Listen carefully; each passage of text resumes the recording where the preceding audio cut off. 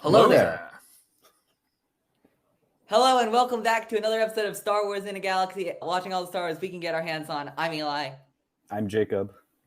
And this is episode 101 of Star Wars in a Galaxy. 101, which is crazy that I can say that now. Yeah, so, and in addition to this being 101, this is episode 1 of season 12 and a half, as we're calling it, of Star Wars in a Galaxy. We do these half seasons whenever we have stuff to watch that's not long enough to do a full season, but still deserves to be watched and stuff. And we are once again delaying the Bad Batch season 2.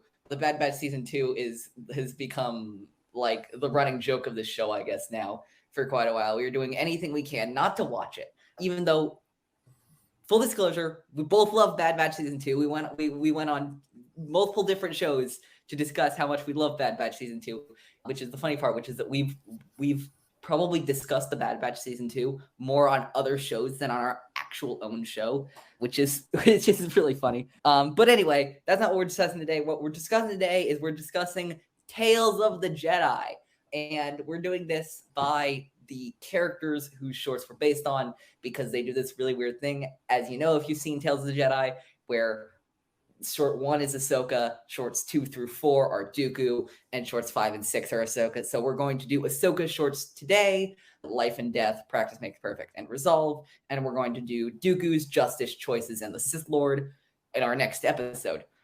But Jacob and I are not alone today.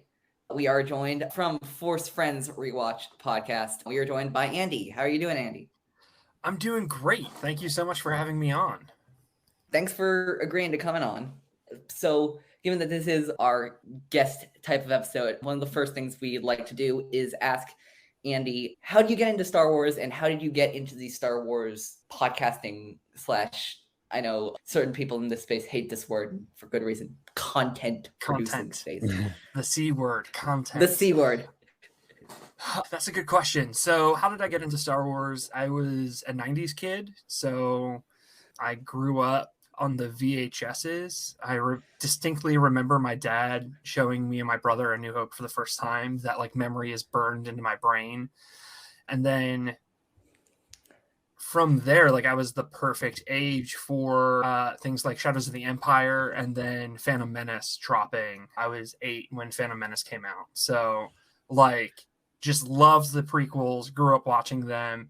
I grew up reading the Jude Watson books, Jedi Apprentice, Jedi Quest. Those books like hit at the right time. I had a like speech impediment growing up. I had a really hard time learning how to talk and learning to read. So growing up on those like young reader books like really motivated me to learn how to read, which was awesome. Very fond memories of all those books. And then like that was just kind of part of who I was. Like I was Andy the Star Wars kid. Like I got action figures every year for my birthday. I remember I got the Geonosis Arena like play set. I grew up on the Micro Machines. When I hit high school, I think I was still a Star Wars fan, but maybe I wasn't as hardcore. And then when I graduated, my dad said, "Look, I know you've always wanted to join the 501st. If you want for graduation, I will give you money to like buy the stuff you need to make armor and join the 501st, or I will pay for you to go skydiving," because I had always wanted to go skydiving. And I was like, "No, give me the money. I'm buying my armor kit." So I joined the 501st when I turned 18. Had a ton of really cool experiences there. Much love to the 501st. All through college, I had my armor in my dorm room and I'd take it out into the common area and like work on it. It took me like 4 years to finish my armor between classes and stuff. And like everyone in the dorm room on my hall would like make fun of me. And then when I finished it and put it on for the first time, that like all of the laughing stopped. Everyone was like, "That is the coolest thing ever." So that was neat. After college, still a Star Wars fan, still doing 501st stuff. A few years later, though, I came out of the closet, and that was kind of like a life-changing experience is an understatement. I had a really big falling out with my dad and my family. The group of 501st people I was in was pretty homophobic. So I sold my armor and left the 501st. I still think it's a great organization, just the people I was with were pretty shitty. So I used the money from selling my armor, though, to get the kit I needed to become a Rebel pilot for the Rebel Legion. So I'm still doing Star Wars costuming and volunteer work just with the Rebel Legion now.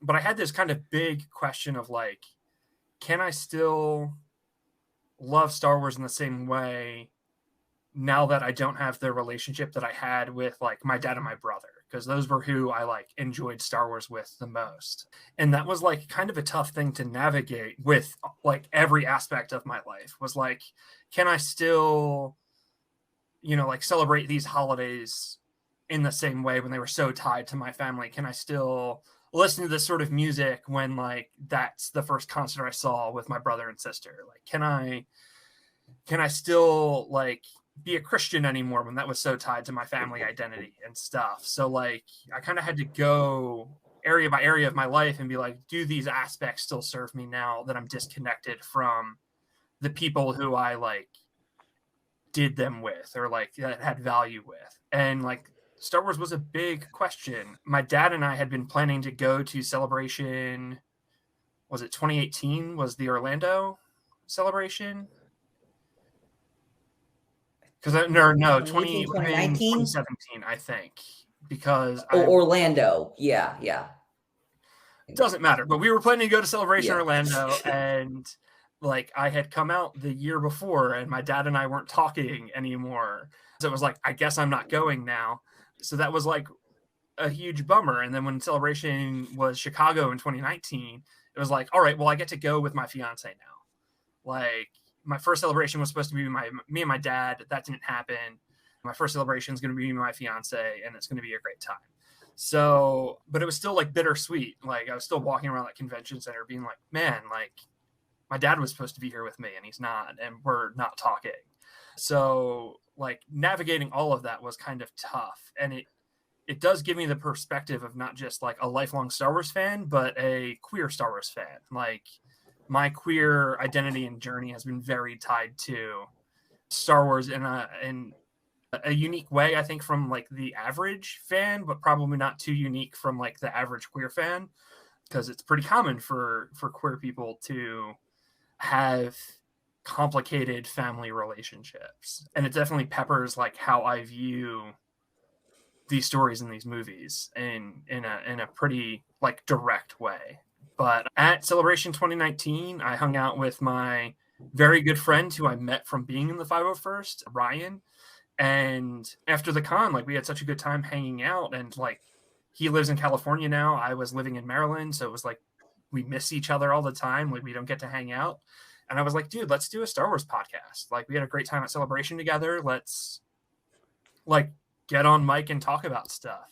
And just like every other friend I have who has a Star Wars podcast, like it started because we had a great time at Celebration 2019. So yeah, we started Force Friends Rewatch, and it's a great time. That's fantastic. Thank you for sharing. Yeah, there's a lot in there. Word vomited all of that at y'all. No, that's the history of me and Star Wars in a nutshell. That is a rich history. So yeah, it is. And I was just gonna say also, like I'm thinking about like how, because they're not all of the stories we've heard are tied to Celebration, but I feel like Celebration is a unifier more often than it isn't. And like there's something, and I don't think I really, because I went to Anaheim 1 in 2015, but I didn't really know what I was doing, so I don't really even count it as I went there. But so our first real one, both of our first real ones, was Anaheim 2 last year. There's something special about that energy, about that place. There's something like we were only there for half the convention, but it felt like it it didn't feel like 2 days. It felt like so incredibly magical. It felt so short and so long at the same time. It was so like absolutely. I completely understand like the way that place, the no matter where it is, if it's in Orlando, if it is in Chicago, if it is in London, like it was just if it's in, now we know we're going back to Tokyo, which wipes tears from face because probably not going to be able to go to that one. But yeah, no, there's something special about Celebration. There is something very special about Celebration. Yeah, it was agree. cool like hanging out with Ryan at it, because as far as I'm aware, Ryan has never missed a Celebration.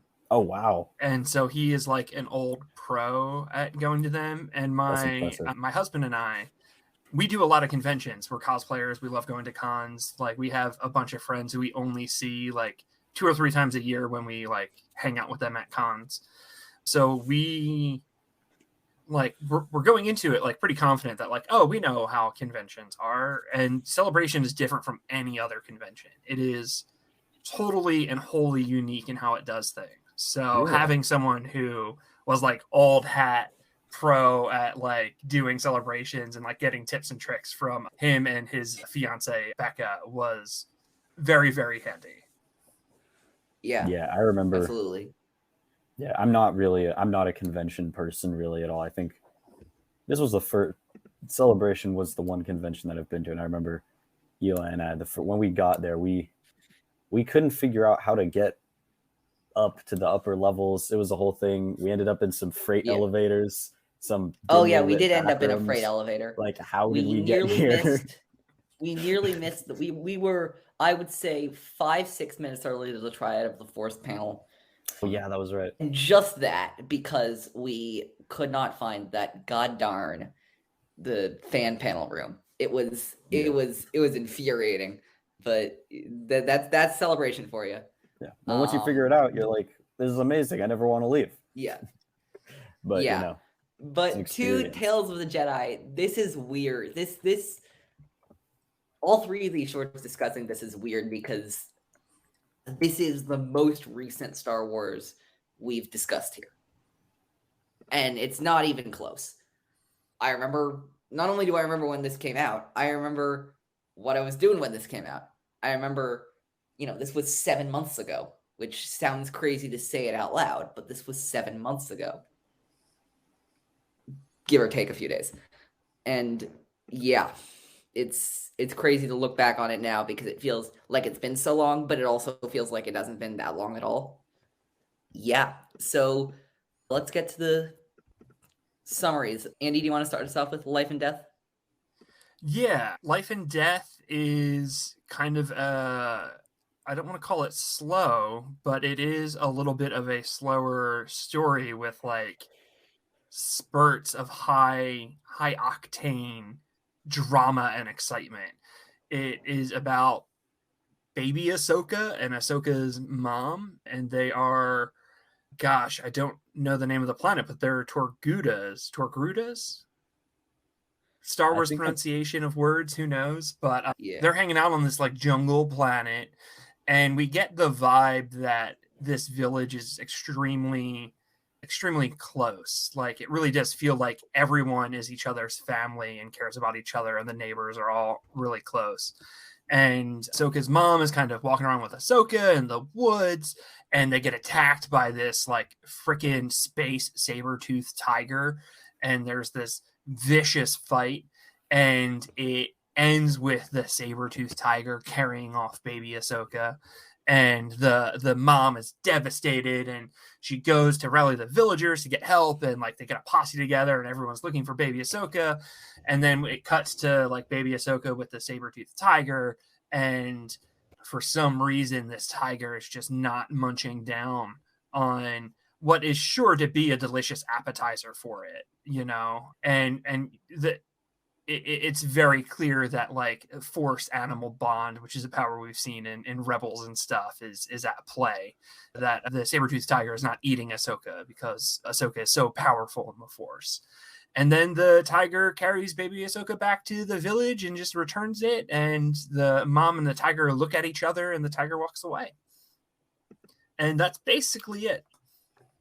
It's very simple, but it's a fun one. Yep. But it definitely keeps it simple, on the simple side. Yep. So Object. In practice makes perfect. Big time jump. We're fast forward to, this feels maybe what, 1.5 years into the Clone Wars. You know, they still have the clones. We see the clones with the Phase 1 armor. We're in the Jedi Temple. We've got Ahsoka, you know, she's doing her thing with some training droids. She's whirling and twirling. We've got this. Is it Tara Sinube? Yep. The Jedi in charge of the. Okay, got that one. Tara Sinube in charge. Anakin and Obi-Wan, obviously watching Anakin's Padawan, Obi-Wan's grand Padawan, I guess you could say. And we actually see Caleb Doom, aka Kanan Jarrus, with his master Depa Billaba there. So I think that is a really cool detail that we got to see them. Ahsoka and Anakin's kind of displeased with the training. He says it's not a real challenge. Ahsoka says, "Bring it on. Whatever you got, I can handle it." So Anakin brings her out to some kind of facility somewhere, and he just has his clones just go at her with stun blasters all day. And she's getting knocked down, and she's doing it over and over and over again. She's slowly getting better, but she has taken a lot of stun bolts to the body. And we get a time jump, actually, and then we see her doing the same drill once she has 2 lightsabers in the hangar of a Venator cruiser, and then another time jump, and we see she and Rex are preparing to walk into the hangar filled with clones on the Venator cruiser in the Siege of Mandalore, and they have this little moment, and Rex says, "Let's hope all that training pays off," and then they walk in. So again, short, sweet, keeping it simple, but I think it was pretty exciting, and I'm excited to talk about it. And then finally, the least controversial of all 3 of these, Resolve. In Resolve, give me a second. Sorry.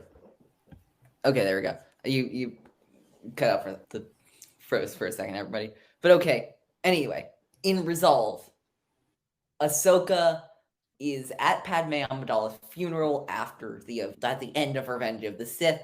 It's revealed that she'd flown there in the Y-wing that we saw she took at the end of Victory and Death with Rex. Bail Organa sees her, talks to her, and helps her evade clone authorities before giving her a comm device and saying, "If you ever need anything, please contact me."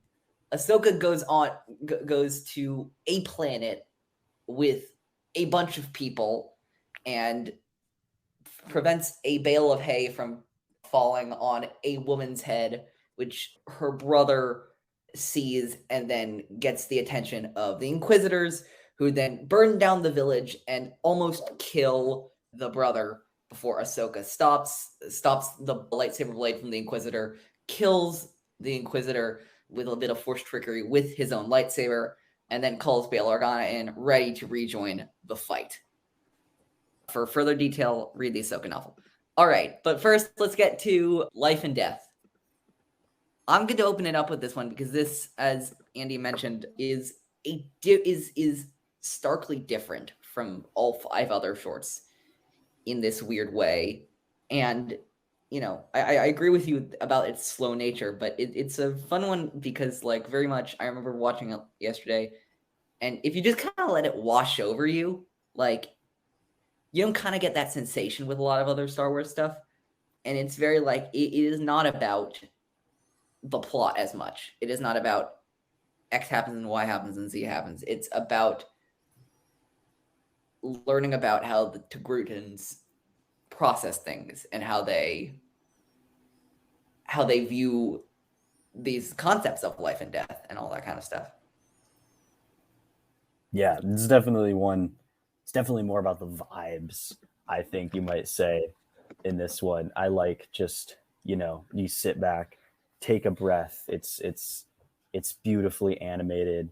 The art is amazing. It's very artfully composed. The music is rich and enveloping.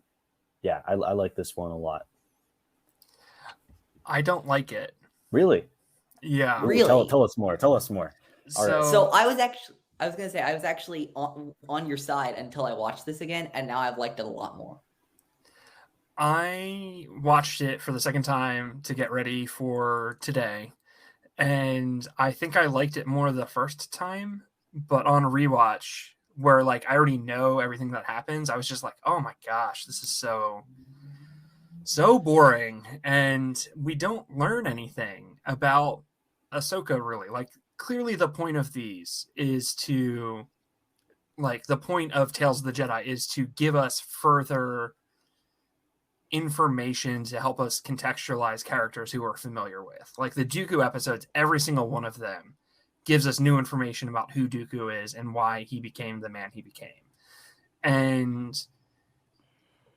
Ahsoka's mom being like kind of a cool badass who cares about community and is a good neighbor and has this really vicious and heroic fight and like has to comes to terms with the fact that like she probably lost her daughter. All of that doesn't give us anything about Ahsoka because Ahsoka is an infant and is going to be raised in the Jedi Temple. So her relationship with her mom really doesn't have an impact on who she becomes as an adult. Like she's not like Anakin who's going to like join after he's 9 and Shmi has a huge impact on his life. Like heroicness isn't an inherited trait. Like there's nothing about Ahsoka's mom and learning about Ahsoka's mom that can really give us information on who Ahsoka is, just because like that relationship doesn't have an impact. If it was about her relationship with Plo Koon, who we knew young Ahsoka had a really important relationship with Plo Koon, that would have been helpful. Or Yoda even, like that could have been insightful if we saw Ahsoka in like her youngling clan being mentored by Yoda or Plo Koon. Like that would have been really insightful. But I really don't think this gives us anything that we can take as fans into our understanding of this character. I think you have a good point. This is definitely not the most informative of episodes, I will admit. And I was kind of hoping that Plo Koon would show up. And I think now that I think about it more, you are right. It would make a lot more sense for us to see something of Ahsoka's time as a youngling in her clan with Plo Koon, especially, you know, I'm very partial to Plo Koon. I think he's a pretty cool character. I wish we saw more of him in the Clone Wars. I loved his little thing with the clones and the escape pods in the Malevolence arc. You know, his relationship with Ahsoka is something that I would love to see. So I think you are right. I think that I kind of just viewed it, I guess, from a not very critical lens when I watched it. I was just like, oh, it's fun. We're seeing this stuff. But I do agree. I think that there could have been so much more in the place of this episode. I think I've grown on this episode the most. I think I very much like you, Andy. When I first watched this, I was like, I don't get it. I just don't get it. And I think it's weird now. However, and I think this short actually confirms to me that this is going to happen. When Ahsoka does pass on into the Force, when she does die, I think this is going to gain a lot more meaning to it. I don't know how, but I think that there is like, because, you know, there was an old running joke about how much Dave Filoni loves to bring Ahsoka back and like, oh, is he ever going to kill her? I think he is going to kill her at some point. And I think that the idea of you must face death, Ahsoka, is going to come in somewhere. I don't know where. And you could also make the argument that it's also referring to Malachor and what she faced there with that near-death experience and her like really reevaluating her way, not just as a Jedi, not just as a Force user, but as a person in the galaxy. You could you could argue it's talking about that, and I certainly don't think that's wrong. But I think that this is going to. I think that we're going to get a lot of new perspective when Ahsoka does pass on, whether that's in live action or animation. And I cannot tell you which I think it's going to be because I don't know. There is like good stuff in here. Like I have heard from plenty of content creators who are moms that this episode really means a lot to them. And I think that's fantastic. And like, I don't want to take away any way that they feel about that. Like if you're a mom and you watch this episode and it really connected with you to see like this story of this mother like dealing with this horrific situation, that's awesome. And like that's great that you have that perspective and that lens on it. As someone who is not a parent, is never going to be a parent, has no interest in being a parent, I can't connect to it on that level. And I don't like the trope that like heroic characters have super heroic, awesome, capable parents. Like something I love about Kylo Ren is that he has two incredible parents and he came out like a shitlord. Like, I think that's fantastic. I really love that. I think it's really important that Luke is raised by two perfectly normal, average people. Like his parents are Uncle Owen and Aunt Beru, and they are the most average moisture farmers you're going to find. I wouldn't say that about Beru. If you say that's true, that's true. Beru is ready to kick some ass. Your ass. Yeah. But like they are very ordinary people who have been put in an extraordinary circumstance. Like Ahsoka's mom has this like sniper rifle and like combat knife and doesn't blink once when this giant saber-toothed cat appears. So like it is a very common trope, and we do see it a lot in Star Wars. Like Rey couldn't just be Rey nobody. She has to have a super heroic mom and dad and be connected to Palpatine. And like Ezra, I don't need Mace Windu's parents to be super awesome badasses for Mace Windu to be a super awesome badass. Like, I don't need Obi-Wan's parents to be super powerful in the Force because Obi-Wan's powerful. Like, people can just be people and come from ordinary homes. So, like, that kind of bugs me a little bit. And, like, seeing Ahsoka as a baby, nothing about how someone is as a baby matters to who they are as an adult. It just doesn't. So, like, if we had seen maybe Ahsoka on her youngling trip to Ilum, like, that could have been really informative and really cool. And, like, yeah, like, get David Tennant back, like, show Ahsoka have a cool Force vision when she finds her Kyber. You know, like, there's so many other stories you could have told with Ahsoka, even as, like, a young character, you know, that would have given us, the viewers, more insight to her journey than as a baby. Like, I don't care who the character is. Nothing about who they are as a baby matters to me because it doesn't matter to anyone in real life. Like, who you are as an infant plays no part in who you are as a young adult, as an adult, as anything else. So that's my big issue here. Is it still animated beautifully? Yes. Do I love seeing more about the Torgaruda homeworld? Absolutely. Did I love the cool big cat? I love a cool big cat. So there is still good stuff here.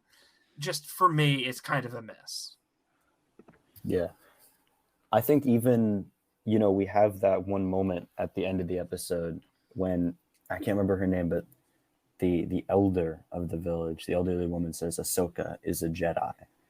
You know, no, she doesn't. I'm gonna have to stop you right there.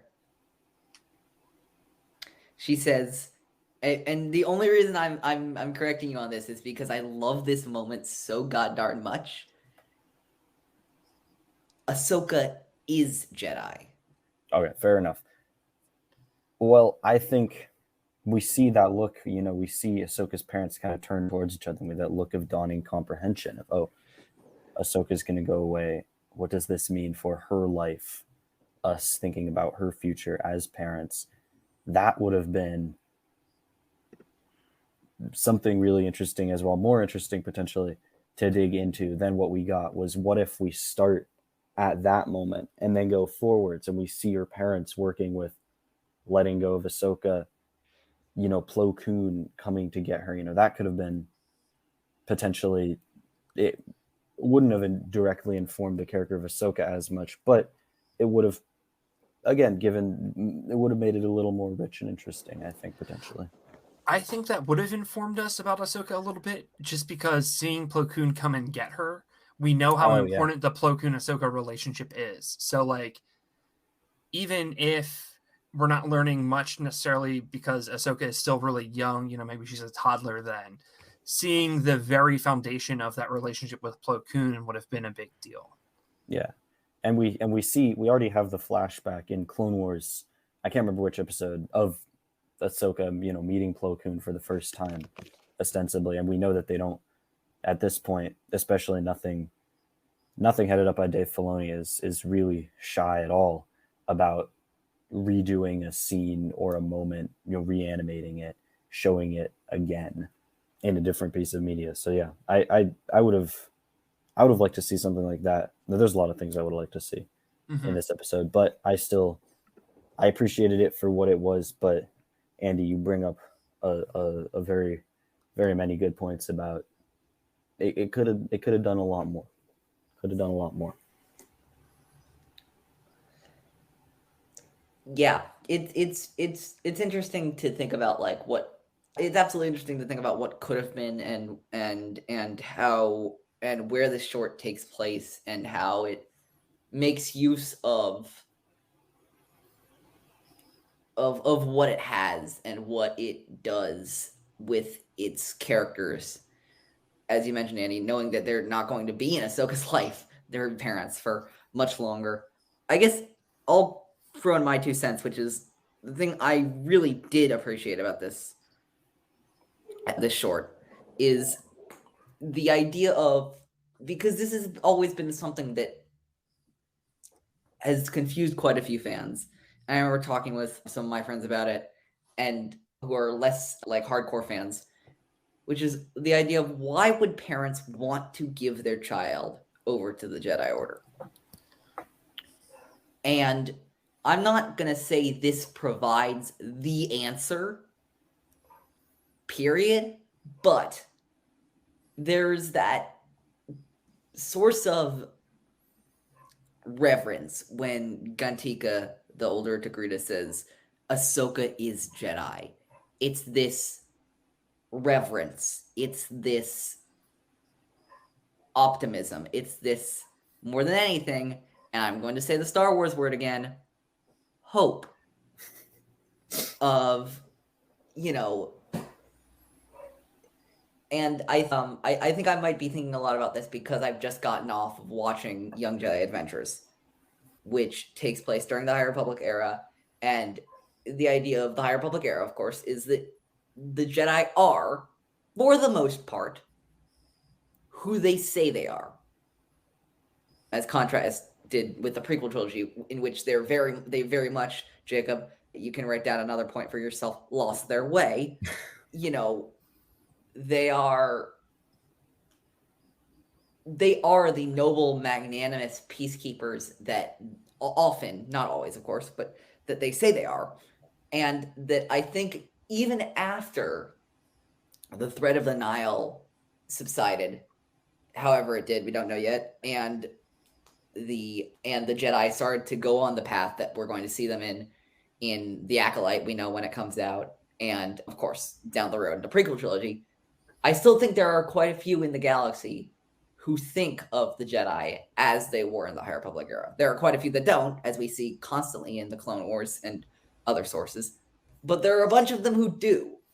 And I think that this Togrutan village was one of them. And when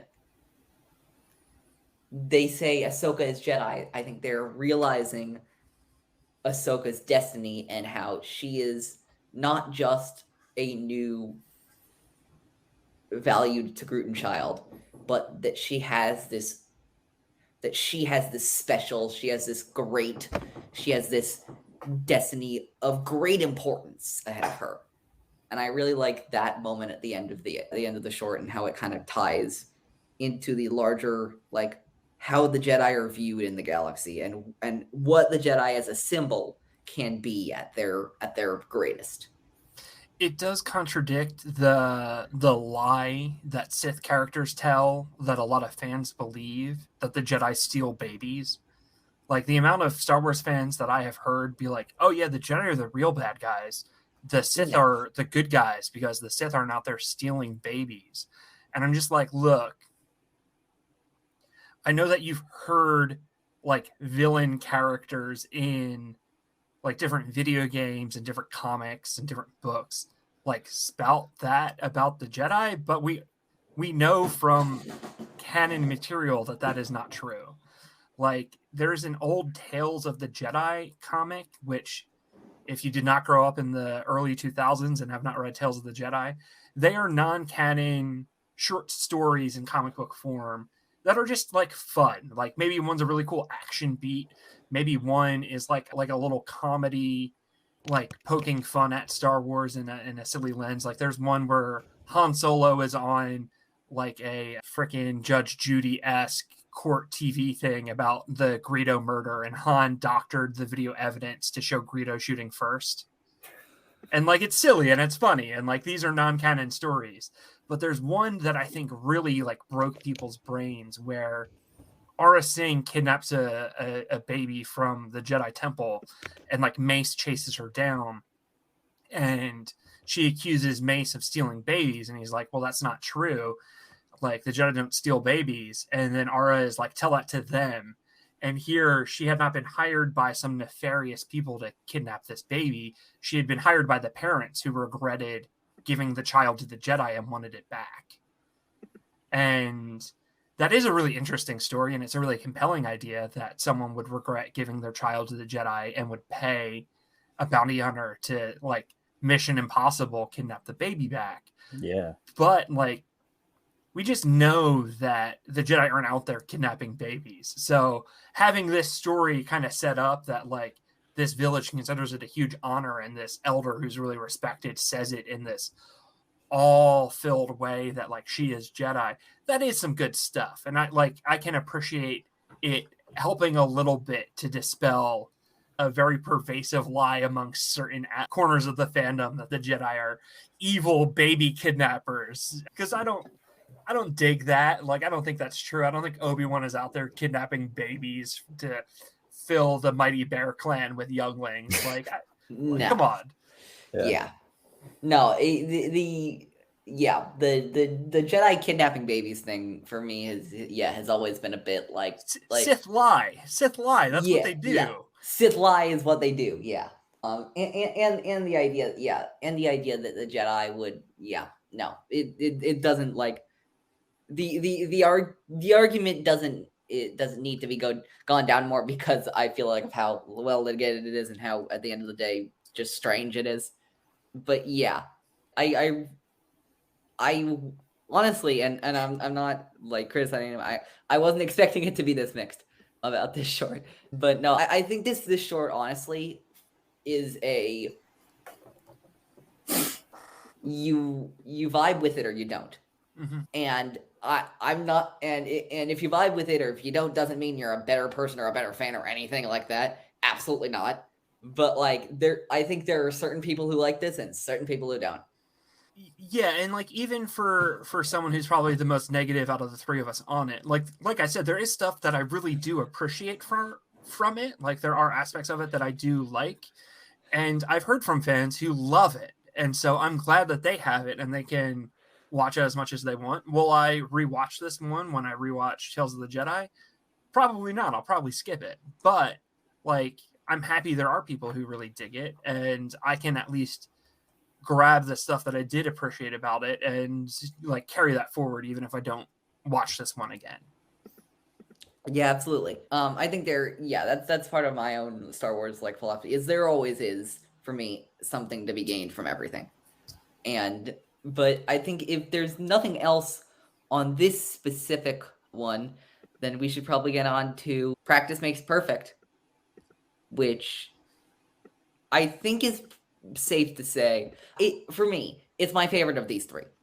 It is, I just want to say, I think it is maybe one of the best encapsulations of Ahsoka's journey in the Clone Wars in 10 minutes flat. Like, I don't know how they did it, but they did an Ahsoka story spanning a good 3 years, maybe 2. We don't know exact timing of longer. It is a running joke on Force Friends Rewatch how I do not believe the Clone Wars happened over 3 years because it's not possible, and I do not think time matters in Star Wars. Like how long did Luke train on Dagobah with Yoda? It doesn't matter. He trained with Yoda as long as he needed to be able to lightsaber fight on Bespin. Yeah, he trained with Yoda.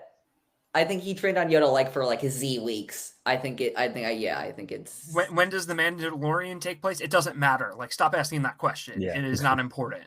It's 14. I just can't buy that it's 2 years or 2.5 years. So yeah, it is quite Time and age in Star Wars. I'm a Clone Wars was longer truther. I don't believe that it was only a 3-year conflict. Yeah. I think it was way longer than that. Yeah. And then but also time doesn't matter in Star Wars. Yeah. And I'm time doesn't matter in Star Wars. I'm an idiot for caring about this. Yeah. But yes. Time in Star Wars is fucked. They cannot expect me to believe that Kylo Ren acting the way he does in The Last Jedi, The Force Awakens. How old is he supposed to be? What, 30? I don't know. It doesn't 30-ish. It doesn't make any sense. That's I was gonna say he's acting like he's a 17-year-old emo kid. Because I was gonna say time Jacob, in Star Wars doesn't even matter. I'm sorry the to world mention between this character exists anyway. I'm sorry to mention this character in front of you, Jacob, because I know you don't like it when we do this. When we don't have to. But the biggest one for me is Bo-Katan. See, you always think you're gonna get a reaction out of me, but I'm matured now. Okay, sure. Now, Eli. But Bo-Katan objectively does not make sense. No. Bo-Katan. It's 'cause she's always got her helmet on, so maybe she's not aging inside the helmet. Okay. Face moisturizing, anti-aging. Maybe Beskar has weird chemical properties. I don't know. Nothing makes sense in Star Wars. It doesn't matter. Yeah, it's not the point. I don't need Star Wars to explain why Ewan McGregor goes to Alec Guinness. I don't need Star Wars to explain that, we got Katie Sackhoff to play the same character in live action, so she looks way younger than she should be. I don't care. It's not important. Again, time doesn't matter in Star Wars. It's fun for fans to nitpick and argue about stuff, but at the end of the day, that's not what the art is about. That's not what the story is about. Absolutely. So don't worry about it. So I can yell all day on my podcast about how there's no way the Clone Wars was a 3-year conflict, but it doesn't matter. And it can be a weird pet peeve of mine, but I also understand that that's the emotional arc of the Clone Wars is not about it fitting in a 3-year time period. It's about the horrors of war and religious trauma and the bonds we form and stuff like that. It's way deeper and bigger than oh well the calendar BBY and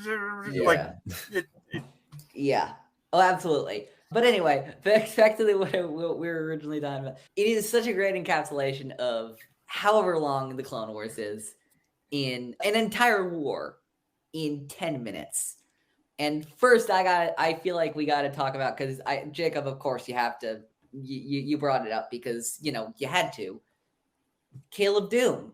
Kanan Jarrus, my favorite Jedi. He's there. Something about the fact that there is now concrete evidence that they knew who the other one was before Star Wars Rebels makes me really, really happy. Same. I saw this and I was I jumped at it. I was like, wait, what? Oh my gosh. I just had one of those. I had one of those moments, and I don't know, people talk sometimes about, small galaxy syndrome and whatnot, but I thought it was a nice, I don't know. I thought it was a nice touch. It makes sense that he would be there, and I'm not sure how much it really affects Rebels, especially since we don't actually get that much of a relationship between Kanan and Ahsoka in the show, interestingly enough. But I thought it was a cool I just thought it was a cool little moment that I enjoyed. Yeah, it's clear they had the animation model from Bad Batch and decided to put him in there. And seeing him like fanboy out about Ahsoka doing really well in this challenge is fun. It's fun to think about, like, Kanan might remember who Ahsoka is, but I doubt Ahsoka would remember who Kanan is. So that's interesting. Like, if you think about, like, Ahsoka is the high school quarterback, is she going to remember, like, the kid in the stands cheering about her touchdown? Yeah. Probably not. But, like, the kid who grew up watching those high school football games, like, he might be like, no, like, I saw you play. You were incredible. You got the touchdown. Like, so that's fun to think about. Yeah, that's a very good way to describe it. That's a very good way to describe it. I love that. And I like the idea that, like, because obviously for us, for the fans, the idea of Ahsoka coming in at the end of season 1 of Rebels was a huge deal. But up until that point, for the characters, other than, wow, this is a super powerful Jedi who is renowned in the Order and blah, blah, blah. Like, on a personal level, we didn't understand quite yet why it was a big deal to the characters that Ahsoka came in. And I like that this provides a bit more, like, oh, this is one of Kanan's Jedi heroes that we now know survived the Purge, and that we now know that he, you know, fanboyed over as much as, you know, he fanboyed over other giants like Obi-Wan Kenobi or Anakin Skywalker. And to have, like, now them on somewhat of an equal playing field now it really adds to that dynamic. And I really want to go back and watch some season 2 episodes of Rebels now to see, like I want to see any moments, because I think I might find them, of, like, Kanan trying, like, and this is way better illustrated with Cham in Rebels, but of Kanan trying to, like, okay, be cool. I really love the moment where Ahsoka asks Anakin his opinion, and he, like, very nonchalantly, like, blows it off and is like, you don't want to know, and, like, I don't want to talk about it. And then as they're leaving the room, she, like, pesters him, like, no, tell me. And he, like, goes to pull her behind him, and he realizes, like, Kanan and Depa are there. So then he goes to, like, pull her off to the side, and he realizes Cientias Tin and some other Jedi whose name I don't know are there. And so finally he, like, pulls her over to a window where he can talk privately, and he starts bad-mouthing the Jedi, and he starts bad-mouthing the test. And it's clear that he is, like, hesitant to express a negative opinion around other Jedi about the Order and about how they're doing things. And that is really interesting perspective on Anakin right there. Yeah. I love that. I think it's a really powerful but super subtle thing that we're learning about Anakin in that moment, that he knows that if he's too negative about stuff, that he'll get in trouble and that he'll get a talking to. And I'm sure he's had many talking tos about being a Jedi master to a Padawan and, like, doing things differently. Yeah. So he sets up his own private test in the middle of nowhere on Coruscant. It looks to me like the same sort of places where we see, like, Count Dooku meeting with Sidious. So I think it's fun to imagine that, like, Count Dooku is, like, a block over, like, privately leaving Coruscant from his meetings with Sidious, where Anakin is, like, training Ahsoka. But he sets up a better, harder test in secret because he knows he'd get in trouble for providing a better option to the Jedi.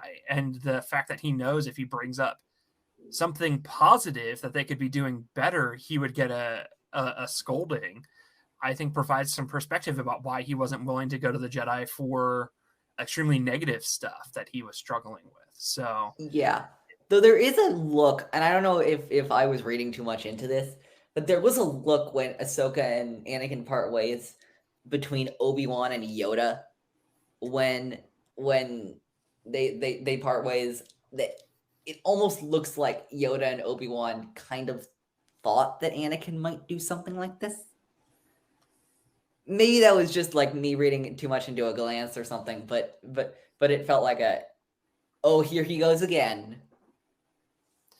Yeah, I think that they probably expect stuff like that from Anakin. I will say other like tiny positives from that first scene is I always love seeing Mace Windu. I think Mace Windu is an awesome character, and I think he was right about everything. I know that there's some Mace Windu negativity on the show. Mace Windu haters, they're everywhere. You got to watch out for those Mace Windu haters.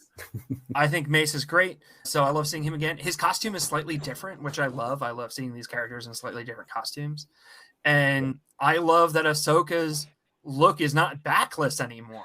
Like, yeah, I hate Ahsoka's costumes in Clone Wars. I think they're bad character design and they're bad costume design. She's in like a tube top and then she's in like this backless number. And it's like kind of weird and gross. Doesn't make any sense. Doesn't make any sense. Her Siege of Mandalore look is phenomenal, and her like Ahsoka walkabout costume is great. Agreed. And this is her like classic later arc Clone Wars look, but it's not backless, and I think it's a fantastic redesign. And if I could give Lucasfilm all of my money to go and like redo all of Clone Wars with this costume, I would do it. It's a much better look, and like shout out to all the cosplayers now who want to cosplay Apprentice Ahsoka without wearing a tube top or backless. You now have a great alternative. Absolutely.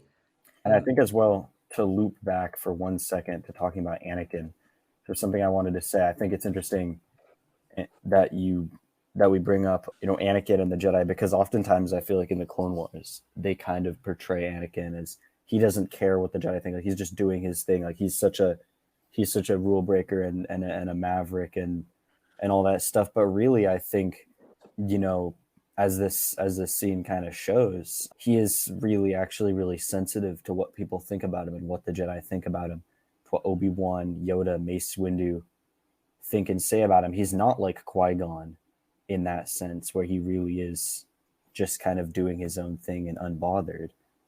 But I think it's a great little moment where we kind of get to see that a little bit more, because he does such a good job, I think, often Anakin does, of kind of hiding that behind all of his bravado and all of his achievements. But we see that, when Obi-Wan, scolds him, when Mace Windu and whoever kind of cut him off at the knees sometimes, I think it hurts him, and that leads to him feeling the way that he does, having the feelings that he does about the Jedi by the time of Revenge of the Sith rolls around, with him saying the things that he does to Padme, for instance. And like to that point, like Anakin is not controlling because he's a narcissist. Like Anakin's behavior here is very controlling, but it's coming from like a deep, passionate care for the people in his circle. Like he knows how hard this war is. He knows how hard it is to be a Jedi. He knows what their front lines are like.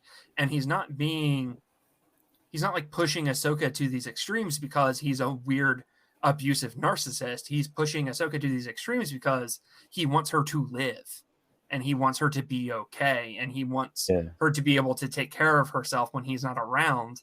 And none of that is negative. Like all of that is good stuff. And his behavior here, I think, is really positive. I saw some fans like pushing back that Anakin was too hard on her here. And I'm like, no, he's as hard as he needs to be here. Yeah. And the episode goes out of its way to like kind of show that Ahsoka is able to use this training in the final season of Clone Wars. Yeah. Oh, absolutely. Go ahead. I want to reject clickbait articles that I saw when this dropped 7 months ago of like, Tales of the Jedi finally explains how Ahsoka is able to survive the Siege of Mandalore. And I'm like, no, like we did not need this episode to explain how Ahsoka survives the Siege of Mandalore. Like, Ahsoka survives the Siege of Mandalore because we saw 7 seasons of her leading up to it, of her being a total badass and like learning and growing and becoming an amazing Force user.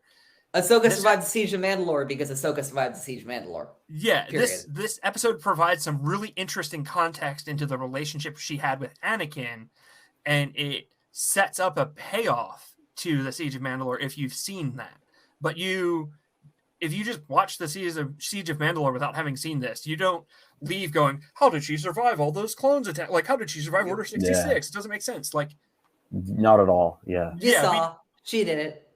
This isn't like fixing that. This isn't filling in a plot hole. I saw so many episodes, like so many articles of being like, Tales of the Jedi fills in a plot hole. People misuse the word plot hole so and I'm like, much. shut up.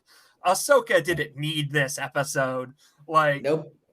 I'm glad we have it because it's a phenomenal little episode and it's a great short story and it provides tons of insights into her relationship with Anakin and into her relationship with her clone friends.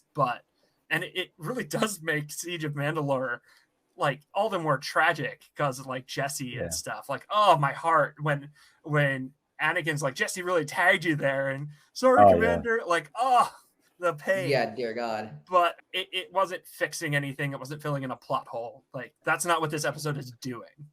Yeah. For me, I feel like this episode is defined by one word.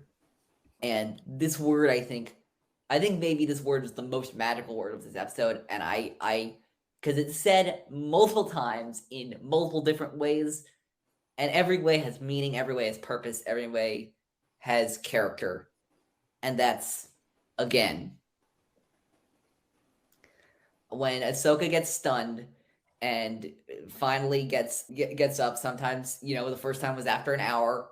Looks like the next times were after shorter amounts of time.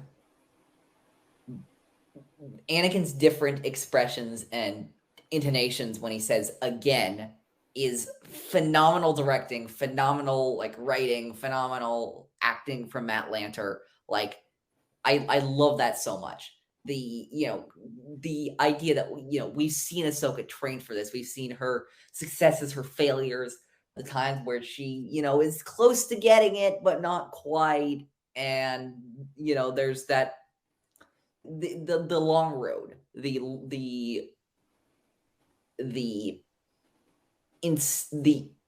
repetitive, grueling but necessary training that she had to go through, because Anakin wanted her to be able to survive, as he says. And I think this is interesting with his connection to the last short's name, of course. This is a matter of life and death. Yeah. Which I think are two concepts that define Ahsoka's journey along the way, especially with what we know, again, bringing back Malachor, bringing back Mortis, frankly, where she dies, where Ahsoka Tano dies on Mortis, and then she is brought back to life. I think sometimes people forget that Ahsoka Tano literally dies on Mortis. It's that arc is absolutely crazy. Yeah. Yeah. I think something else. Sorry, go ahead. Yeah, go ahead. Something else I think that's key here is that scene where Anakin kind of explains himself, and as we were saying, as Andy was saying, he kind of explains it. Yeah, it's life and death. I'm doing this because I need to, because I want you to be prepared, because I want you to survive and thrive, not because I'm trying to be an asshole. But I think what's interesting is that it's one of the very few times in the Clone Wars, I guess in this time frame, which includes most of the Clone Wars, where we see Anakin really be able to explain himself as to why he does what he does, why he treats people around him, namely Ahsoka, often the way that he does. And I think that's kind of a key moment, I think, to understanding not only Anakin, but the fact that he is so often unable to kind of express himself and really communicate what he's doing and why, which kind of leads to the schism between him and a lot of the Jedi, I think. If I can bounce off that too, with the fact that Anakin is pushing Ahsoka and training Ahsoka because she is a commander in a war. I'll see fans. I'm a huge X-Men fan. I love the X-Men comics. And every so often there is hot Twitter discourse in the X-Men fandom about how all of the X-Men are child abusers and terrible people because they have teams of children fighting, you know, superhero stuff. And like every 5 or 10 years, they introduce a new class of like X kids because, you know, school for gifted youngsters and what have you. And every so often there's discourse about how Cyclops and Xavier and Emma Frost are all child abusers because they're teaching children how to fight supervillains and sentinels. And I see it with the Jedi all the time of like, the Jedi are child abusers because they're having their Padawans fighting in the field. And I'm like, guys, like, Batman is not a child abuser because he's running through orphans as Robin and he's had like 6 Robins now. Like, that doesn't make him a child abuser. That makes him a comic book character because comic books are for children and they like to read about children doing cool stuff. And like, yes, if you are an adult and you decide to train a child how to use a laser sword so that she can fight killer robots on Mandalore, like, that's not good. Don't do that. Like, I don't know, call the police or something. Like, do not train your child to fight with a laser sword to go kill robots. Get the military involved. But like, this is a show for children and children want to relate to a child character. So Ahsoka's a child and she's doing cool, dangerous stuff because that's what Star Wars is. So like the idea of trying to apply like real world values and like, you should not let children fight, you should keep them safe. Like, yes, that's true, but this is a Star Wars. So like, we want to see Ahsoka kick some butt. Absolutely.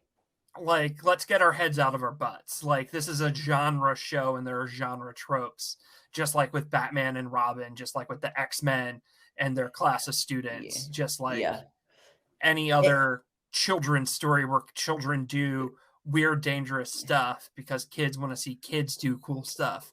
Yeah. That's and of course, and I was going to say also, adding on to your point, of course, what makes these people's arguments so strengthened is that Ahsoka is the only child who's ever kicked ass and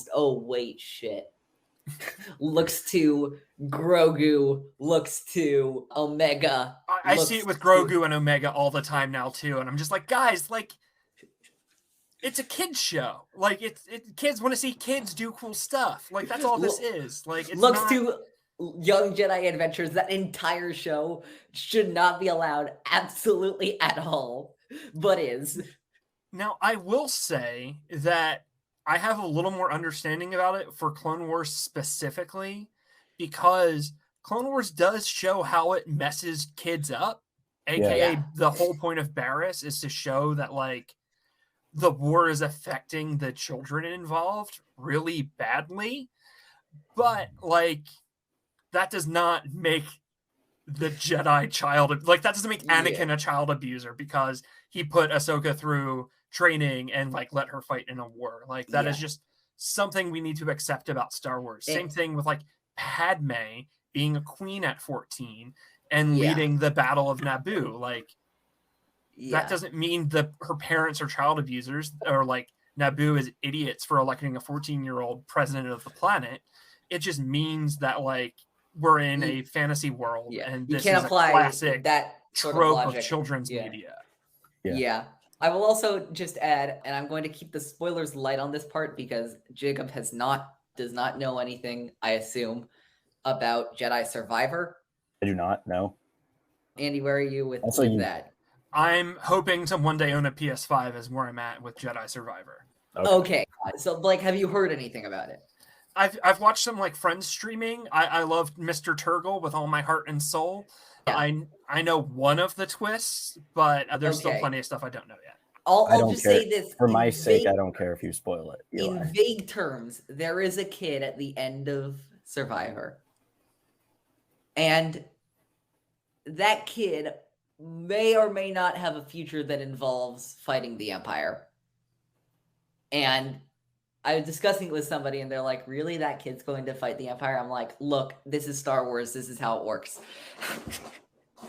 So like, it's happening freaking all of the time. Mm-hmm. But yeah, I'm glad we brought up that point because it's a good one.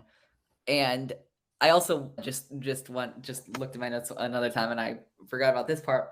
I love the late on time banter that Anakin has with Obi-Wan at the beginning, and then Ahsoka has with Anakin. Yeah. That mirroring of that teacher-student relationship is fantastic, and I think describes everything you need to know about how Anakin and Obi-Wan treat their respective students. One, I think, probably a little better than one, came out a little bit better than the other one, but yeah, there's that.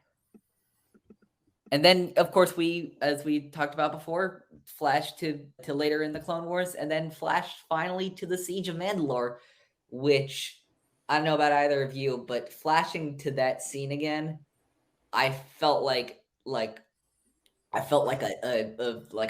400-pound weight had been put on me again. I'm like, oh no, we're going back to Siege again. No, don't do this to me. Because Shattered and Victory and Death, even though they are, I think, respectively, my third and second favorite episodes of that show as a whole, kill me every time. So I had a college friend visiting this weekend, and he got his hands on an early copy of the new tabletop game Shatterpoint for Star Wars. He is painting it for his local comic book shop, and he's going to be doing demos. So he asked me, like, hey, do you mind if I bring this and we play it all weekend? And I was like, oh yeah, that'd be great. Like, I love tabletop games. I love miniatures games. Like, I'd love to play Shatterpoint. And my team was Ahsoka with the Siege of Mandalore characters. So it was Ahsoka, Bo-Katan, and some House Kryze Mandos. And it was Anakin, Rex, and 2 501st Clone Troopers. Ooh. And like, getting to play that all weekend and then getting to watch these episodes and like thinking about the Siege of Mandalore, it was just so cool. It was such a great experience. And like, those episodes are amazing. The relationship between Anakin and Ahsoka and Rex and Ahsoka is awesome and really interesting and really compelling. And I was just like in the perfect headspace for this episode after playing that awesome miniatures game all weekend. I actually remember there's a speaking of RPGs and stuff like that, there was actually a similar one. I don't think I've talked about this on the show. There's a similar version of that for me actually recently, to go off on a tiny bit of a tangent, which was I was trying to a few months ago catch up on the incredible RPG real play series that's going on All Remaining Systems, friend of the show Michael McCoy, on his channel called Ionized Bastards. And I was watching an episode on a Tuesday night, and you'll see why this is relevant later. I was watching an episode Tuesday night, and they were talking about, and in the RPG series, it takes place during the New Republic era, and they're trying to get an agent of the New Republic to help them with something. And it's revealing that a New Republic agent that they're talking to is a rogue agent who saw this problem in the galaxy, tried to go to the New Republic, and the New Republic said, nah, that's not really any of our concern. And so he decided to pursue this on his own. And then the next morning I woke up because the pirate episode of The Mandalorian came out. And lo and behold, Carson Teva goes to the New Republic and Tim Meadows' character about the pirate threat with Gorian Shard. And Tim Meadows' character's like, we don't need to worry about that. That's not our issue. I'm like, oh my God, that could not have been more perfect timing. That's really cool. Yeah, it was crazy. But yeah, no, Siege of Mandalore always kills me. And yeah, actually, I really want to now watch Victory and Death with this, like, just little clip, like, spliced in. Let's see how all that training pays off. And that they're approaching, and that Rex and Ahsoka are approaching Jesse, as you mentioned before, Andy. Like, ugh, dear God. We gave our full analysis on Siege of Mandalore spliced in with Revenge of the Sith a while ago, but yeah, they keep. I will give this to the creators of Star Wars canon now. They keep finding ways to make Revenge of the Sith even more poignant and even more tragic every single time they revisit that specific point in time. I used to say that it was only about Order 66, but I think it's about that entire film. Yeah. Anything else on this short, or should we go to Resolve? Let's go. Do it. Let's go to Resolve, which I first want to talk about Padme's funeral and Ahsoka being at Padme's funeral, because it's the same thing as the Siege of Mandalore. I love how much I hate it. I love how much I hate, I guess that sounds weird, but like, it's crushing to see, and I love it. Not all retcons are bad. Yep. Some retcons are great. And having Ahsoka be at Padme's funeral is a retcon. We've all seen Revenge of the Sith. She's not there. Ahsoka didn't exist yet. Yep. But adding her to that scene is extremely powerful, and I love it. I think it's a fantastic retcon. It's great. Yeah, and I don't think I've had a chance to watch Revenge yet since then, but now I'm just imagining, like, looking at Padme's, knowing that somewhere in the background Ahsoka's there. And obviously, I also think the part between Bail and Ahsoka on Naboo, if you ever need anything, call me. I think I think the idea that so shortly after Order 66, that Ahsoka realizing that there are people who want to help her out there in the galaxy besides Rex, who she had to literally pull a chip out of in order to get him to see the light, is a really nice touch, and I really like that.